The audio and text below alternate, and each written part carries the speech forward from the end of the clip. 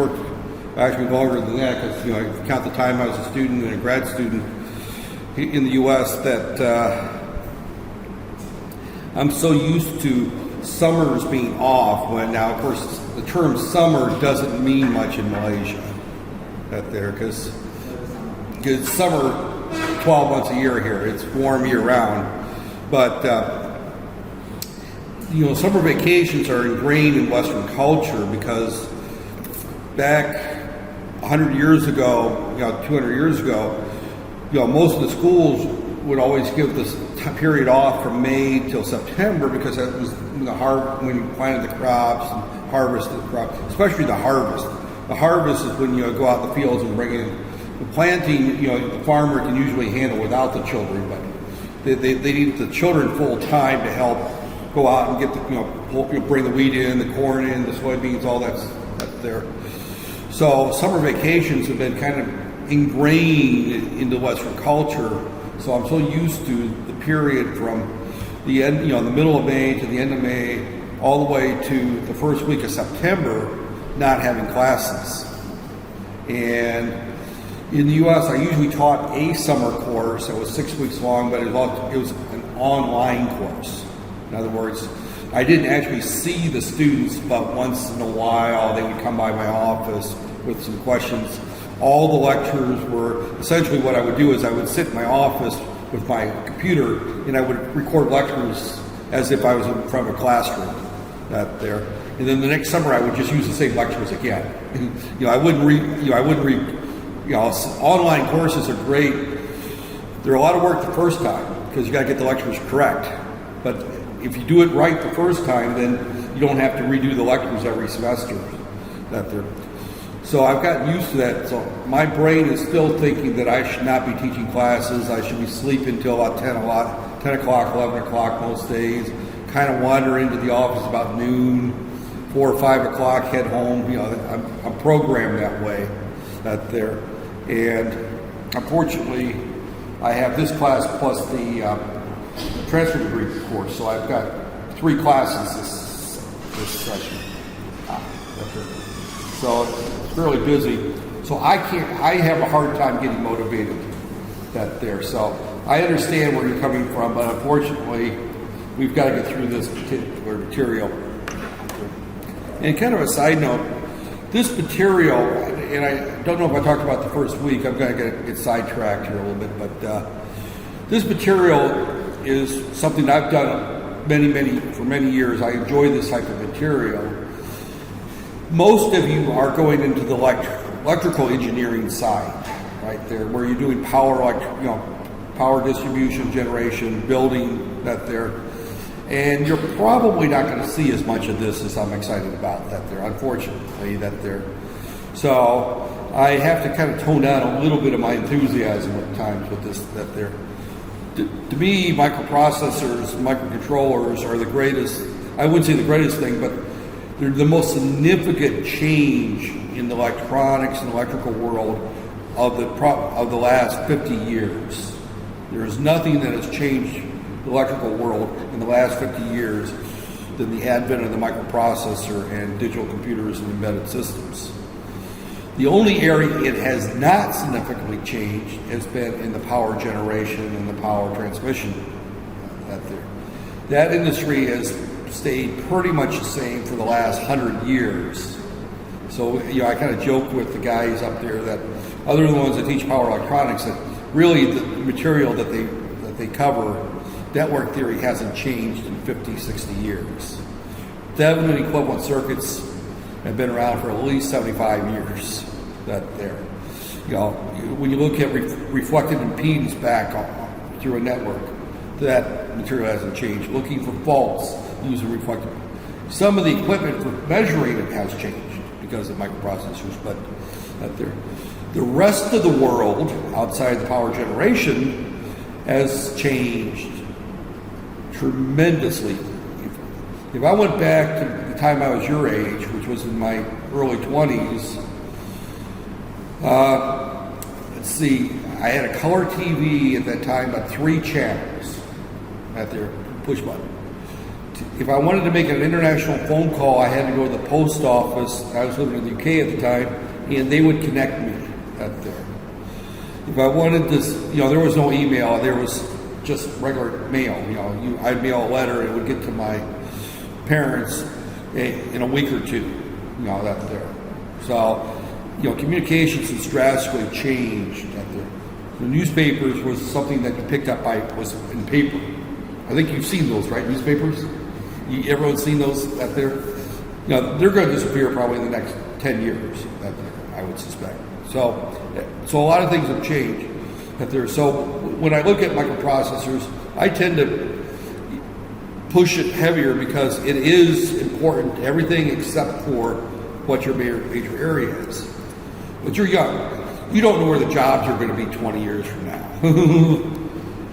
And if you look at, and this is an old man talking who's been around a long time, and has seen multiple cycles of job changes.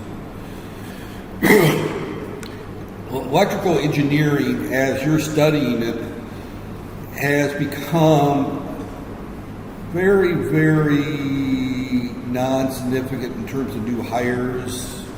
In other words, you just can't get a job to save your tail in most Western countries because it's been so automated and it's such a mature industry. Southeast Asia is still developing. That's why there's still plenty of jobs for electrical engineers. They're still building buildings. They're still requiring engineers to certify the wiring diagrams, the specifications. They're still building new, substations. They're still building new transformer sites, things like that. So the job market's still here for that. But if you look at Europe, Australia, and the U.S. and Canada, that they're North America and Europe and Australia and New Zealand, the developed portions of the world there, you'll find that once you reach a saturation of development, that job market dries up fairly quickly. And I was talking to a gentleman by the name of Peter, who just retired from the University of the UK. He came here last year and gave a talk. And we were talking about the fact that at his campus, they don't even offer that program anymore. That they're Purdue University, where I came from, and I went to school there as well, was started with electrical engineering. That there, and they used to refer to us as the boiler makers because we also design mechanical boilers for factories and things like that. But it was an old school engineering school. That there, power electronics, power generation, power transmission lines up there, and we don't have that program anymore. It's been sucked into the. So when you talk about electrical engineering, it's electrical and electronics into one program. All of our electronic engineers get this much, just a little bit of electrical engineering, 1 or 2 courses, and the rest is all electronics. If someone goes into electrical engineering, then they pick up what they need to know. Here, Malaysia still differentiates between electronic engineer and electrical engineer. That differentiation goes away once you leave Malaysia. That there.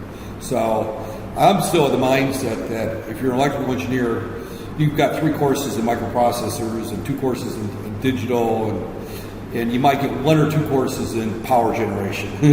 That there. It's a little flip out. So I'm not, even though I've been here for a year and a half, I still look at electrical engineering as this broad spectrum because that's where the job market's going to be for that there. And it's there. So some of you, I would suspect, in the course of your career, will find yourself doing electronic work instead of electrical work. That's just that's the takeaway from the bottom line that there is that all that discussion means that you don't know what you're going to do when you graduate. And it may be electrical engineering, it may be electronic engineering, it may be running a Mamak stall. I don't know that there. I've had graduates that went off and ran pizza parlors and TV repair shops and things like that. The vast majority of the graduates I've had over the years have gone into electrical engineering of some type. Almost 90% of them have been in the electronic side though. Right there. So, all right, getting back to where we were at right there. Right there, and I'm probably repeating a few of these slides. Oh, I did this from the beginning. Right there, we don't want to go through this all the way from the beginning. That was boring enough yesterday. Let's not do it again, right? Okay. I think the last thing I talked about is I started talking about 80 through 87. I mentioned that on the 8088 there's 8 lines. On the 8086 there's 16 lines. They're essentially the same right there. You know, the major thing right there is that 80 that there is that we've got this one line here called the ALE that is used to demultiplex right there. It's the, and I have not gone out looking for batteries yet. That there, I had one.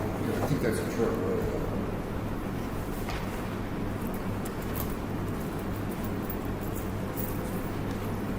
I thought I had a spare. No, that's a AAA. The 4 A's are a little kind. That there. I actually almost bought another pin last year because I thought it was a pin, but there.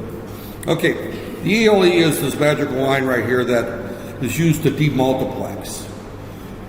The term used for the AD0 through AD15 or AD0 through AD8 or 7 is whenever we have a line that does 2 things at the same time, we're multiplexing that line.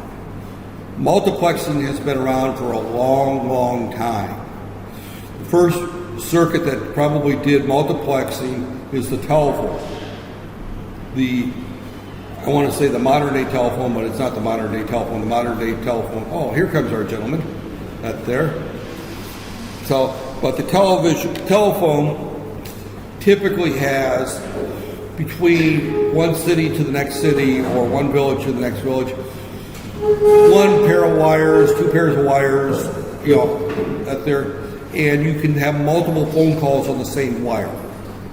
They do what they call time multiplexing. It means that some of the time you two are talking, some of the time you two are talking, some of the time you two are talking, that there, and you just split the wire up, that there. You know, in terms of how you would see this is, here's my wire going between point A and point B, and I have a bunch of different people connected to it, and I will connect this one to here, this one to here.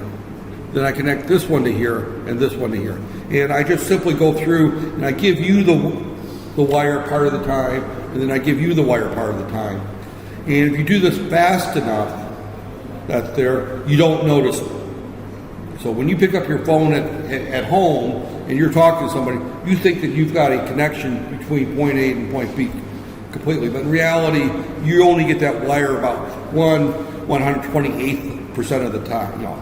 There's usually about 128 to 256 calls on one wire that's shared. And the same thing happens with microprocessors and these lines. That we share these lines, and we have to have a way of determining who's got the wire at the top at each time. So quite often there's some handshaking going on between these two to say who's got the connection that there. And this has been going on for many, many years with phones. It also happens with internet transmission. If I'm streaming a video from point A to point B, I'm watching YouTube, I don't have a direct connection to the computer there at YouTube, right there. I'm getting packets right there. And so these packets are being downloaded to my PC, and then you can put back together, get it played back. So the idea of multiplexing has been around for a long time, and that's what we're doing right there. So, and again, we've got to go through that there. Again, A19 through A16 are auto multiplex with the status signals set there. So again, I'm not going to, I skipped through this, I went through that. I think actually this was the last thing I talked about as I went through the interrupts right there. I do remember right there. The test I skipped over right there. The test pin, they mentioned here the 8087 numeric processor right there. Actually, this is I talked a little bit yesterday about the fact that sometimes we put the processor to sleep, and let something else take over. I talked about direct memory access.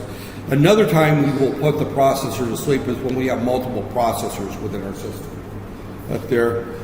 That is being done more with numeric or graphical processors today.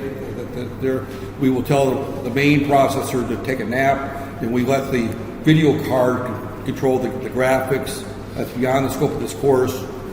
Back when the 8086 was first developed, it didn't do much number crunching. One of the things we use computers today for, especially general purpose desktop computers, is number crunching. Number crunching means mathematical operations. Sines, cosines, multiplying matrices, dividing matrices, solving numerical problems out there.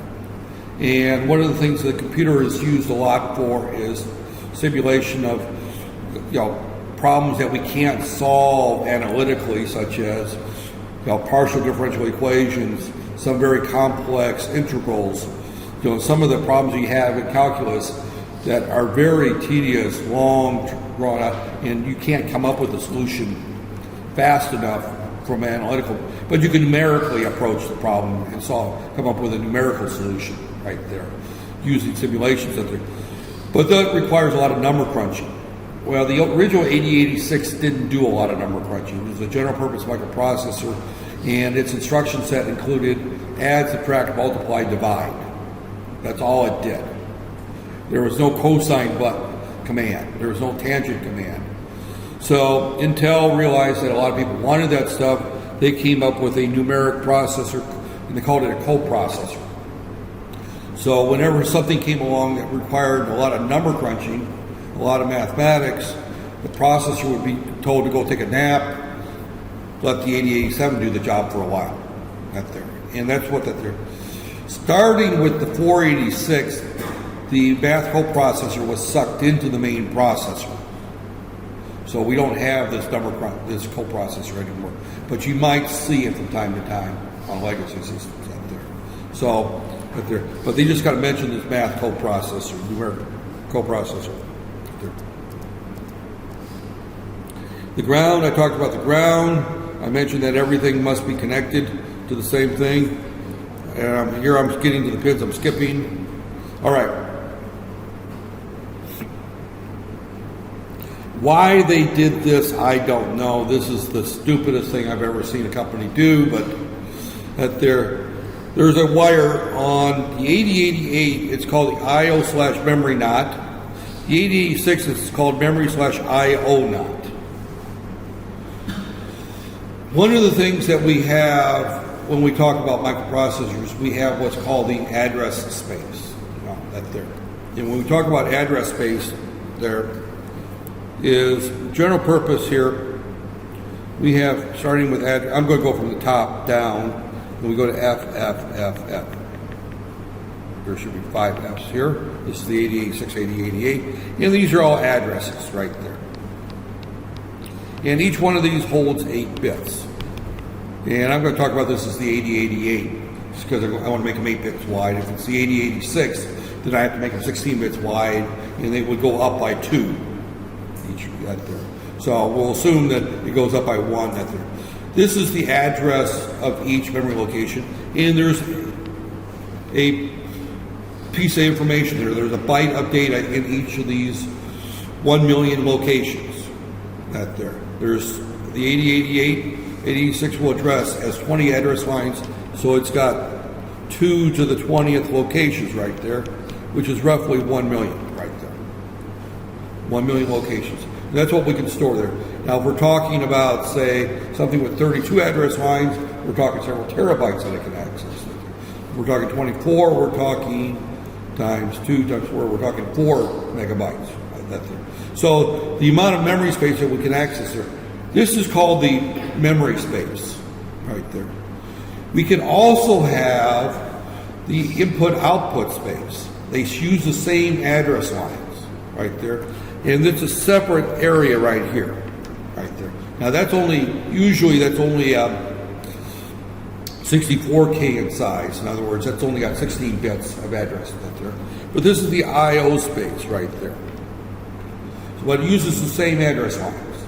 And we use similar commands in, out, that there versus read, write, move. Actually, it's a move instructions.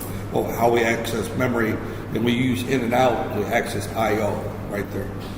Well, we need a way of telling whether it's an input or output instruction or a memory access instruction. And the way we tell is we have this wire here called IO/memory node or memory/IO node right there. If it's an 8088 and the line is 0, we're talking to memory. If the line is 1, we're talking to input/output.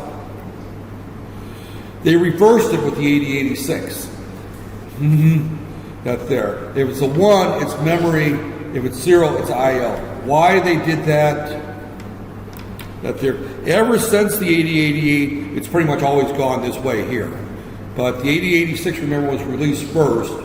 That there a lot of designers don't use I/O space. They do everything with memory. They take a piece of the memory space and assign it to I/O addresses right there. So you'll hear the term memory mapped I/O or I/O mapped I/O.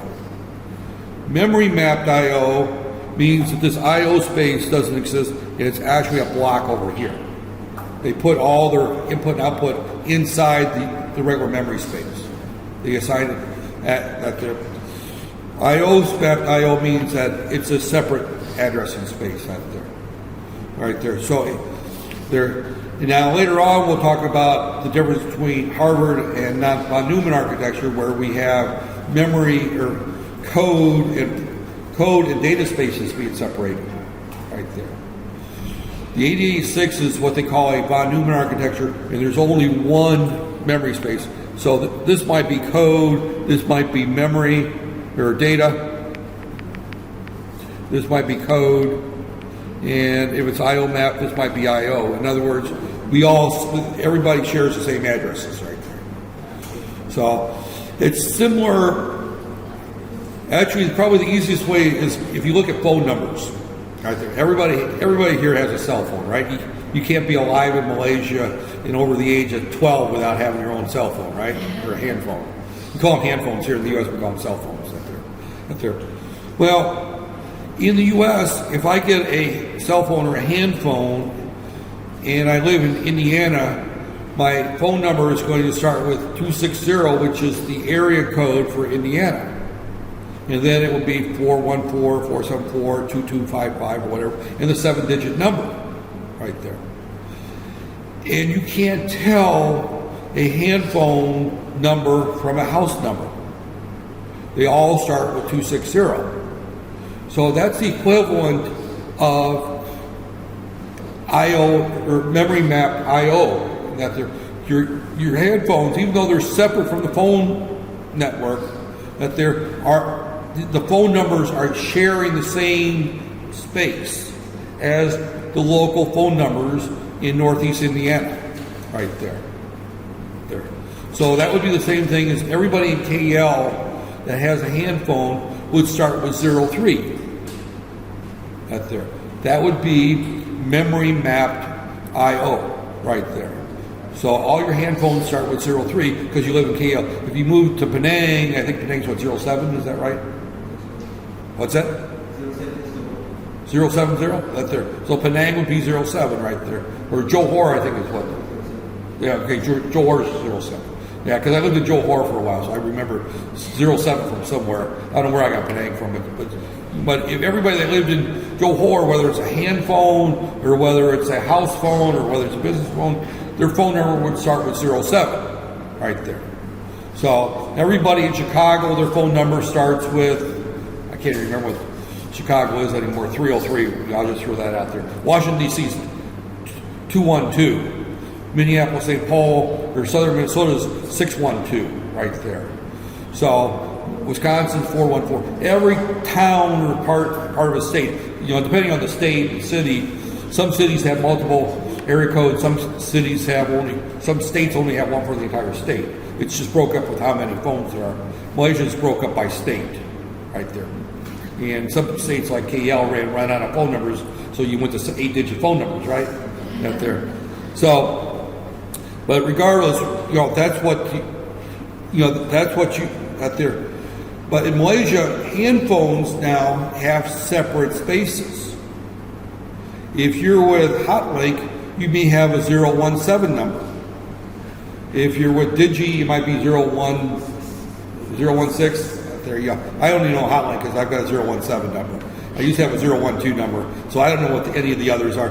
But each phone company has its own prefix, and that would be like IO mapped out there. And these phone numbers, map one address to each phone right there. And that's the same thing, each address here. So when we look at phone numbers, it's very similar type there. So later on we'll talk about paging and some other things that make this more difficult. But when we look at phone numbers, that's usually the easiest one out there. And then of course you always have the problem with phone numbers, you run out of numbers, right? They ran out of license plate numbers too, not too long ago, right? They changed all the license plates they started with WAA1, WAA2, and then went to WZZ and 99999, and then they went around and went WA1A or something like that. They changed the numbering scheme. They don't reuse numbers here. Because I'm used to the U.S. system on license plate numbers. Every year, January, they wipe out all the license plate numbers, and everybody gets a new number every year. Now you can reserve the same number from year to year and pay a fee for that, but you get a new plate every year, which is dumb in a way because you print a lot of license plates. So I'm not saying just because they do it the way, I don't say it's a smart way. Some things European / the rest of the world, but the U.S. and Canada and Mexico reuse plate numbers assigned for the life of the car. North America, for whatever reason, they you buy a new plate every year out there. So. It gives the people in prison something to do is make license plates. Most of our license plate factories are in the prisons out there. So, what else do you get caught selling drugs, you get to make license plates for the next 4 or 5 years out there. So, okay. Again, we've got the write line. This means that we're going to write to memory right there. And we also have a read not line that goes the other way that says we're going to read from memory. And again, this is either from the I/O memory or I/O. So when we look at memory decoding, we have to look at both the memory/IO, memory not/IO line and the read not lines right there. So quite often we combine those into one right there. So I talked about the interrupt acknowledge right there. What happens with the 8086, 8088, when an interrupt occurs, and there'll be a more detailed one here later, but what will happen is the interrupt request line goes low. This is the interrupt request line goes low. After a period of time, the microprocessor will take the interrupt acknowledge line low right there. That tells the interrupt controller to put onto the data bus what interrupt occurred right there. The 8086, 8088 only had two interrupt lines, the non-maskable interrupt and the maskable interrupt right there. When this line goes low, the device that is generating the interrupt or the interrupt controller will then tell the microprocessor what the interrupt is right there. So it's kind of like the nurse's stand. They're sitting there reading a book and they hear a buzzer go off. An alarm goes off at the nurse's console. They put the page, they finish whatever page you're doing. You can't stop a book mid-page, right? Hopefully they don't finish the chapter, but they just finish the sentence or the page. They put the bookmark in to keep track of so they know where to go back to. They put the book down, and they look at the console to see what room number it is or what the interrupt is. And that's what essentially is happening here. This is the buzzer. The nurse acknowledges the interrupt, and then here you'll see this is the interrupt number is then placed onto the data bus by the interrupt controller. So that's the process that occurs, and then some other things occur in there. But we have this line here called the interrupt acknowledge, and that's telling the interrupt controller or whatever generating the interrupt, tell me what the problem is now. You know, you walk into my office, right? I'll pick on you since you're by yourself on that side of the room. But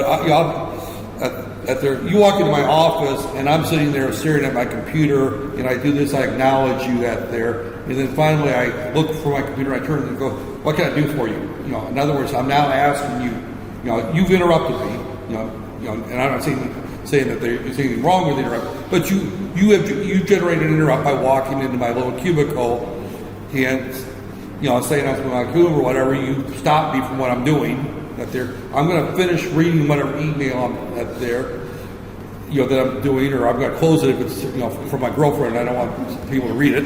If it's from my wife, I can read it, but if it's from the girlfriend, then especially don't pass it to my wife if it's from my girlfriend. By the way, I don't have a girlfriend. I have to clarify that with my wife. She doesn't like that joke from time to time. But regardless, I'm going to finish working on whatever I'm working on right there.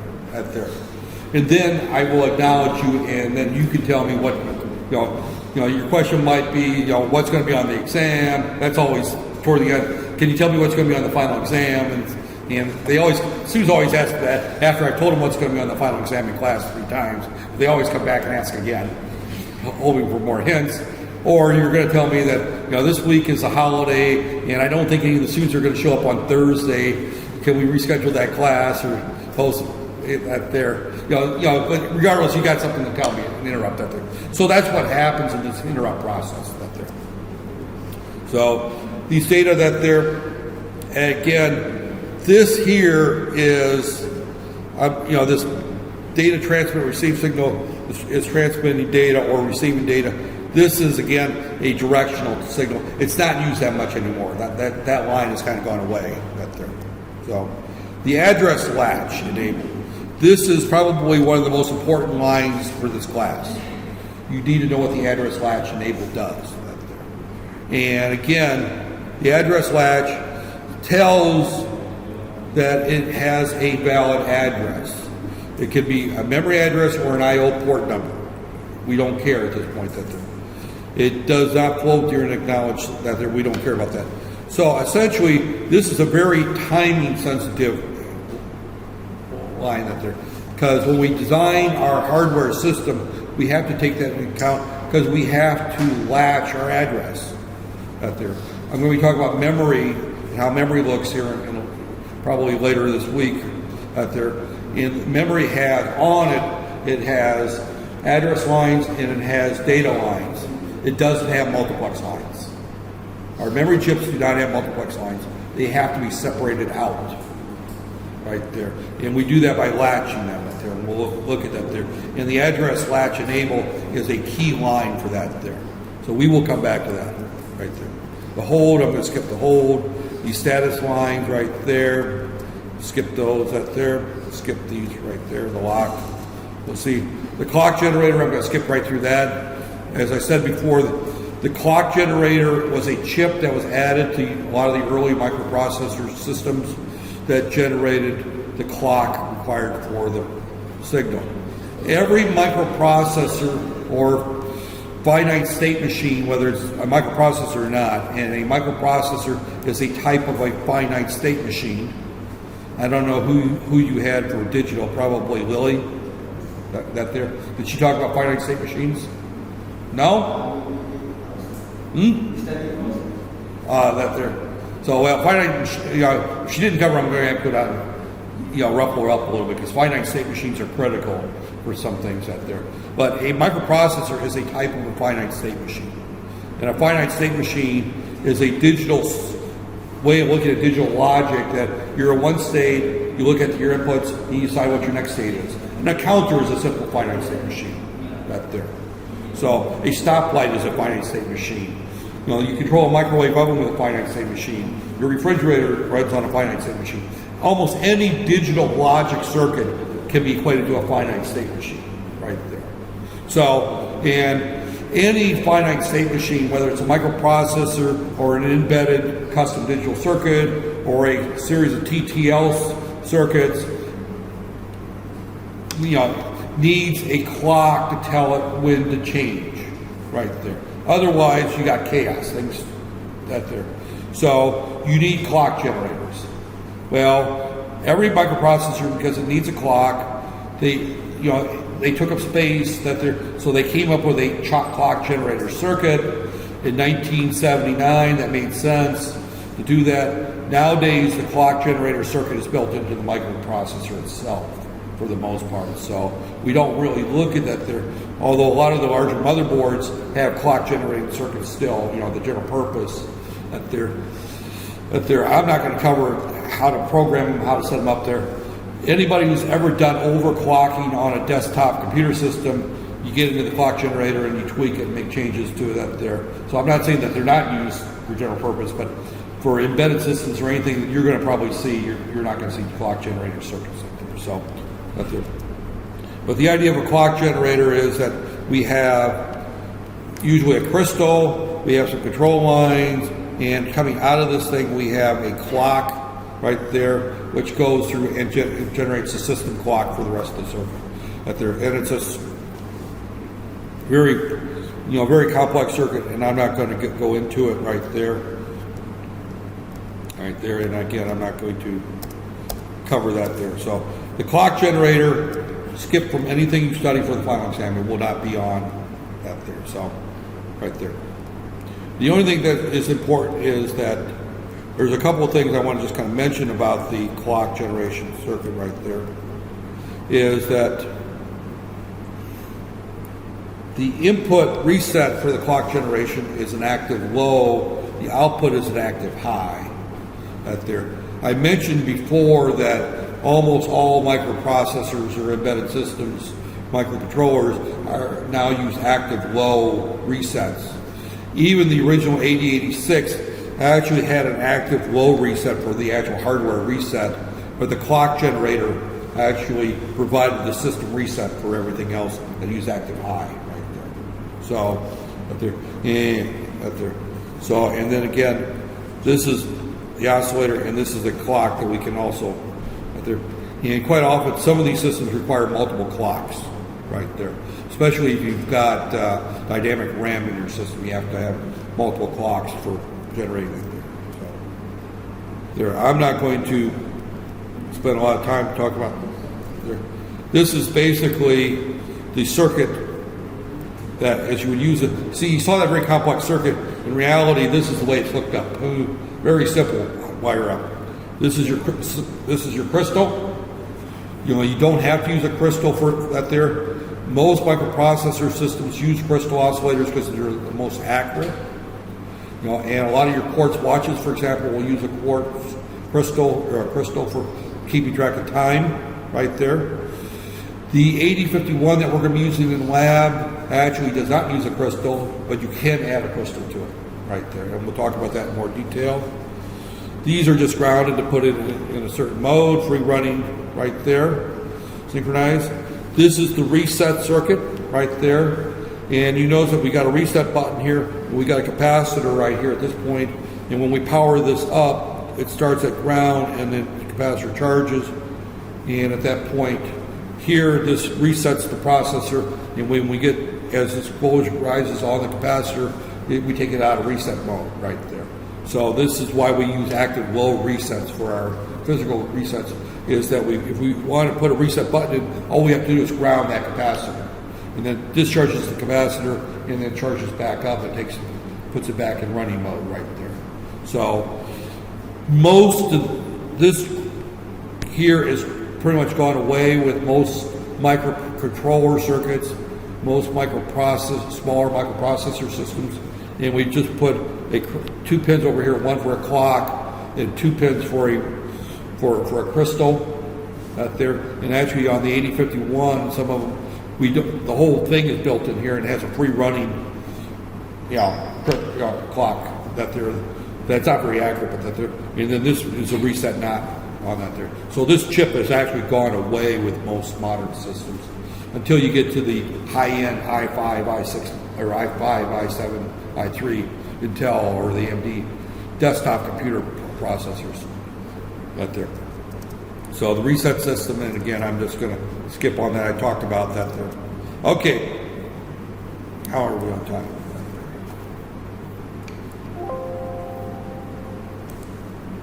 We are time-wise.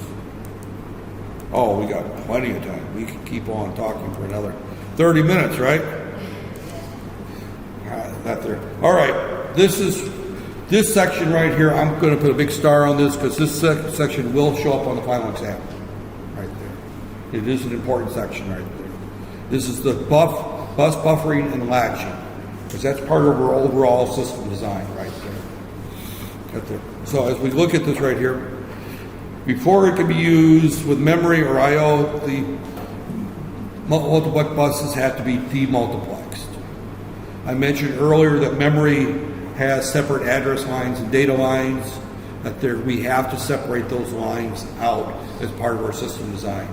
Now, this is true whether we're running a microprocessor-based system or a microcontroller system, and we haven't talked much about the difference between the two yet, right there. Later on, we're combining this course. Right now, there's a separate course for microcontrollers and microprocessors. We're going to combine that into one course. They're very, very similar devices, I think, but there are some minor differences. But almost all smaller microprocessors / microcontrollers use multiplex buses. The reason is it cuts down the number of lines, and typically we're not looking for the best, highest performance we could get out of these systems. 95% of microprocessor-based systems are not high-end computers. They're not desktop computers. They're embedded control applications. They're the ignition system on your car. They're the controller for the dishwasher or washing machine. They're the display control for your microwave oven. They're the controller for your air conditioner. I mean, most microprocessor-based systems find themselves in other things other than computers. Computers is a small piece of the microprocessor world. Everybody thinks of computers as number one, but if you look at your home, and I'm not talking about your room in the hospital out there.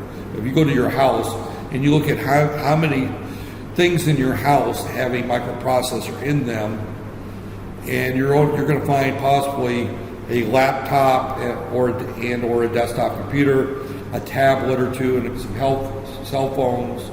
But then you're going to find an air conditioner. You're going to find microwave ovens. You're going to find regular cooking ovens that there. You're going to have refrigerators.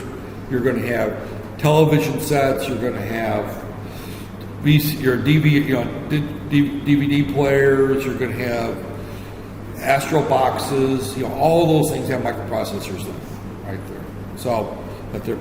So almost anything that uses that type is going to have a multiplex in order to save on pins, right there. So this particular So again, we normally use the fan out as 10. This is an older. The multiplex we must separate them out. And again, when we look at multiplex, the idea of multiplex is we have a group of wires coming into here. It goes into our multiplexing circuit, and here's the group of wires here, right here, and right here. We separate this out. This is going to be the address bus. This is going to be the data bus, for example, right here. We have a way of separating them out right there. This is what we're going to be doing right there. So, right there. Memory and I/O require the address remain valid and stable through the read-write cycle. So we have to latch that address line on before we can write to it or read to it. Because we need the data lines to read or write the data. At the same time, we need the address lines right there. So we have to separate them out and hold them someplace right there. So if multiplex the address changes, they're causing the wrong location.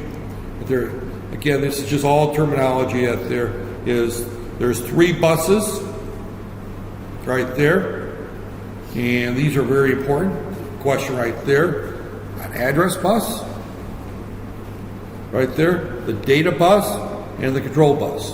Those are the 3 buses in any microcomputer system, right there. So that is a very valid final exam question right there. If I can throw more hints out there, and you notice that yesterday's lectures, today's lectures, I'm pointing out final exam questions because if you want to look at a set of lectures that there's final exam questions coming from, this week's is one of the big ones right there. There might be half a question from the first week or two. There's probably going to be a full question with 4 or 5 parts and maybe a question and a half out of this week's lectures. This week's lecture is a key lecture when we look at which one's important to study for the final exam. This chapter is a big one, and I'm pointing out as I go through here the questions that I will probably go back and ask out there. So, question right there is, what are the 3 buses and what are their purposes right there. So, these buses must be present for the interface of memory and I/O. You cannot have any input, output, or memory unless you have these 3 buses.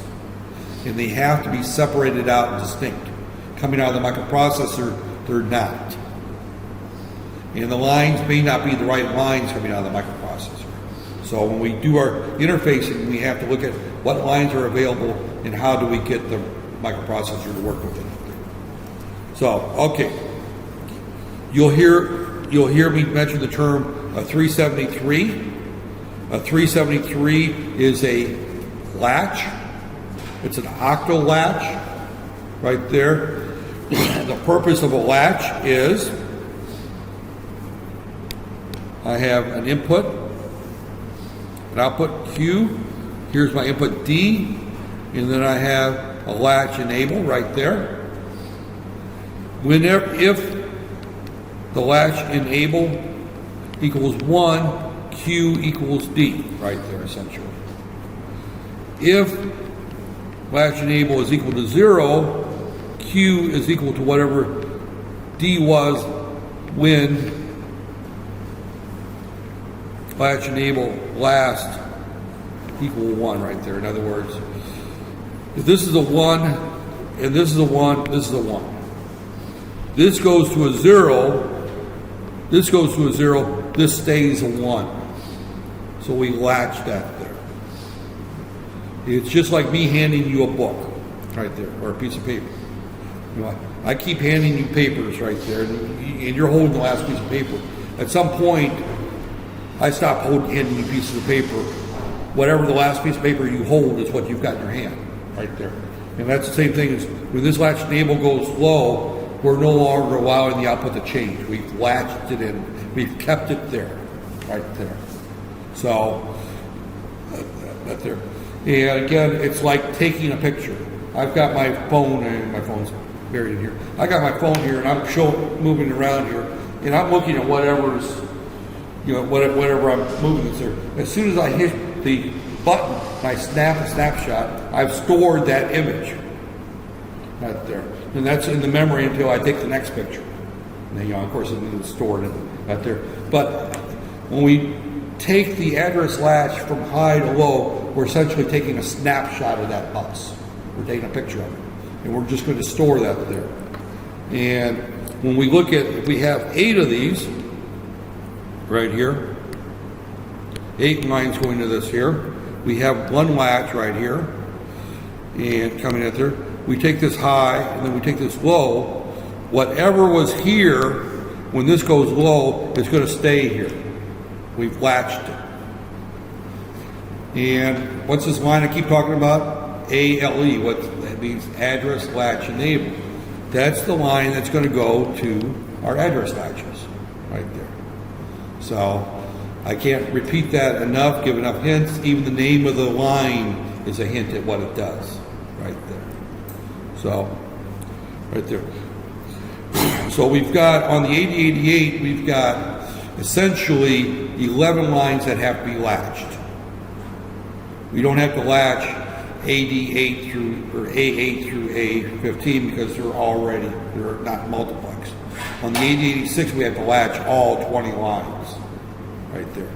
So we've got A9 through 8, 16 is our multiplex with the status bits. 87, 80 are multiplex that they're on the 8086. We have to multiplex that there. This is a very ugly drawing. And I copy from the book, and sometimes it's hard to see. But this is what the circuit looks like, right there on the 88. That there. What we'll see, and it's hard to see, this here is a 74, and I'm going to say X373. That's an octal latch. There's 8 latches on that there. We've got one line here that goes to the latch enable right there. This is the same chip here. This is the latch enable right there. Right there. This is our 80 through 87 right there. They're tied to the inputs here, and then this is the output. So this is our Q's. This is our D on that right there. This is our D. This is our Q right there. D is our input. Q is our output. Right there. So right there. These we don't bother latching because they're not multiplexed. Right there. When we look at the 8086 right there, right there, this leads to a separate A19 through A0. This allows us to tie that to memory. So the latching process, it's not difficult right there. All we do is we just add the latches. But for some reason, it's a concept that people struggle with, is that we have to separate those lines out right there. The 8086 is almost the same right there. Right there. You know, we also have our control lines. We'll talk about those in a minute right there. Again, this is the same circuit essentially. Right there again, you can't read it. It's actually in the textbook right there. I think I put the textbook up there for you to look at right there. And if you go to chapter 9 on the textbook, matter of fact, let me find the textbook.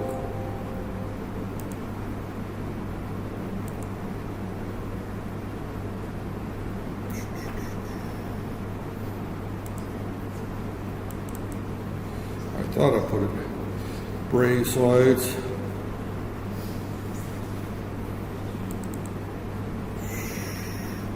I thought I have the textbook here.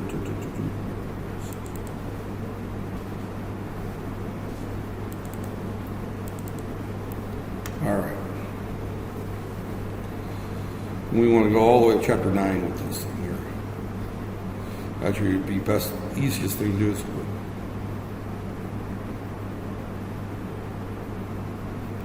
chapter 9 is page 302.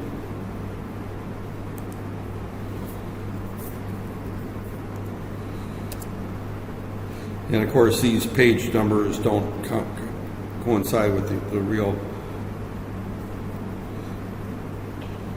Okay.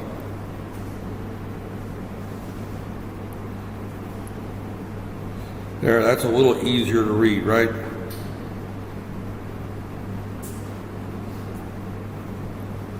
Is that can you read that now? Not there? Not there. So this is we're using 4 of these right here. So if you look there, I can't write on this particular screen though. That's the issue there. So these are coming in here, and our output enable is grounded because we're always going to that there. This is G, and G is the enable line that there. That's what's tied to our ALE-G right here. Now this is the output here. They don't show the Q and the D here on this drawing that there. But again, we've got 8 lines. Here's our address bus after it's been demultiplexed. Here we don't bother demultiplexing. Oh, here it is. A through A15. Those 8 lines we don't run through the multiplexing circuit right there. Because on the 8088 they're not multiplexed. So there's no need to use the multiplexer on that. So we need to use 2 of those right there. Now if we look at the 8086 circuit, you notice that we just simply have 2 373s. Two different latches right there. Again, we're using ALE is tied to all 3 latches right there. It's the same ALE that's tied to all 3 of those. So now we have our address bus right here. Here we have our 8-bit data bus, and down here we have our control bus. So there's our 3 buses on the 8086 right there. That's how we get our 3 buses. So again, this is an important concept because this is a major part of the design of any microprocessor system is how do we interface it with memory. You know, the next thing we're going to have to do is we're going to have to start talking about memory decoding, but that's another subject for later this week or next week, right there. But this is how we get our address bus, our data bus, and our control bus, right there. We need to be able to get those 3 buses out. And this is the circuit that you need to know on how to do that there. So this is a big star. And a big star right there. I've given you multiple stars today. I will say that probably out of the 100 points on the final exam, 10 points was covered today. That there. If not more, you know, that there. So this lecture, your friends that are not here, you might tell them to go back and watch this tape. That there. Because at least 10% of the final exam was covered in today's lecture. That there. I may have started off being sidetracked talking about that there, but this was a critical that there, because, and I'm not going to repeat the highlights that there, but again, I think I'm going to stop at this point here. That there, actually let's see what else is in the slides before I say I'm going to stop it there. Right there. Let me kind of wrap up this. Okay, I went through those drawings that there. Okay, yeah, let me just talk about the buffers. The buffers really, that there, all a buffer does is just increase the current load. You don't really need to do anything with the buffer. You just throw the chip in there. And the only thing is that when we look at the buffer, and I'm not going to go back to the book, but we added this chip right here to the non-latch there. Our latches actually provide the buffering right there. But anything that doesn't go through a latch, we run it through a buffer. And a buffer, all it is a circuit, it's a IC that whatever goes in goes out, but it amplifies the current right there. So, and again, we add the 2 buffers. And let me go back to the book, right, wrong, right here. So, again, what we've added right here is that we've added these 244s and 245s. This is a buffer right here. This is our non-latched output there. We run through the buffer. Here we also have there. This one's a little different. The 244 goes one direction. The 245 has a direction pin where, again, I mentioned, I kind of skipped over this pin that's DT/R0. That pin is actually tied to the direction pin of our buffer right there to tell us which direction we're going right there. Now we use different pins to determine whether it's read-write at there, they determine that there.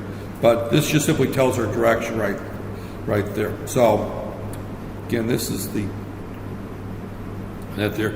So, but this is a bi-directional buffer. That's what that is. This is a unidirectional buffer.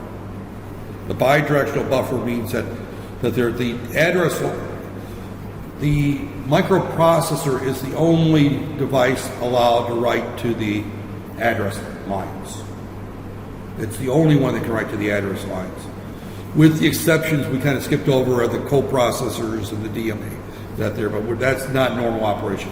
In normal operation, only the microprocessor can write to the address lines. The data lines are bidirectional, right there. I use the data lines to send information to you. You use the data lines to send information back, right there. I send an email that's a one-directional set of, if I send an announcement via a listserv. A listserv is, I send an email and everybody on the list gets a copy of the email. That's one directional. A television show or radio show is one directional, right there. The broadcast, the TV station broadcasts out to everything. That's like the address bus. Only the transmitter can transmit to it. A phone call is bidirectional. You can talk, I can talk, you can talk, I can talk. Now, good phone, we'll talk a little bit later. We have to control who has access to the data bus because only one device can talk at a given time. And many of you have been in meetings where you two are talking, I don't know who you're talking to, but you're talking to somebody over there, your imaginary friend. The two guys in the back are having a conversation. The two ladies in the middle there are having a conversation. That they're, 4 different conversations going in the room. It's complete chaos, right? And everything in a lecture hall, it's supposed to be unidirectional communications. I'm the one talking to you, and you're supposed to be listening, right? That there, of course, you can't interrupt me and ask questions or make statements. I mean, you can be given the floor. I don't know if they use that terminology here. When you give somebody the floor, it means that I give up my right to speak, and now it's your turn to speak. That there, but only one person can talk at a time, and that's the case of the data bus. I can give control to a memory device or an I/O device to talk, but the microprocessor has to give it control right there. And we'll talk about that in more detail in our next lecture, as how we control who talks right there and how we connect individual memory chips to this. But today's lecture really deals with how do we separate the buses right there. And we have multiple buses we have to separate right there. Again, we have the I/O memory not, the read-write not lines. These two also can tell you the direction, by the way, right there. So actually, this pin here, this direction, whether it's read what direction here, it's also, that information is also in the read not line. If the read not line is low, that means information is coming into the microprocessor. If the write not line is low, it means it's going out from the microprocessor, right there. And the I/O/memory not means that it's going to either a memory or an I/O device, right there. But the address lines are used to determine what device and what address in that device. And we'll get into more decoding the address lines. The data lines are simply just tied strict to the data lines of the memory devices or the I/O devices. So where we're going to go next is how do we wire this up. So we add these buffers right here, and that there. As you notice, as I move this, the circle moves it over on me. That there. But so we've got 3 types of chips here. You don't have to memorize the types of chips, but you need to know that this is a bidirectional buffer. These are latches. The 373s are latches. Latches are buffers that you can latch the output. A latch is a buffer, right there. And you can actually use a latch as a buffer just simply by tying the G line high, right there.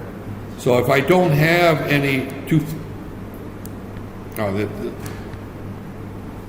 if I don't have any 244s in my inventory, I can use 373s and just tie G high, right there. Because then everything that goes in on D goes out on Q. Therefore, I don't need I can use that there. And a lot of designers did that simply to reduce inventory. That there, it's cheaper to, even though the 373 is a more complex device because it's got the latch built into it, you still have to keep it in inventory and you have to have spare parts. So in order to keep everything the same, they did away with the 244s and just put in 373s right there. So, and again, you can do the same thing with the 245. You can just tie the direction low, for example, and it'll go in one direction, or tie it high, it'll go in the other direction right there. So you could make the 245 a unidirectional. I've done all these tricks, especially in the lab when we're trying to build prototypes. You don't have something there, you use something else and make it work that there. But this is the basic circuit right there, and that's page 313 in the textbook for those of you that are taking notes or that circuit, I would expect you to be able to explain what each part of that circuit does, right there. So, and it's completely discussed. Actually, the one on 333 is probably that there. So I think I will stop at that point, because I'm getting to the point that, yeah,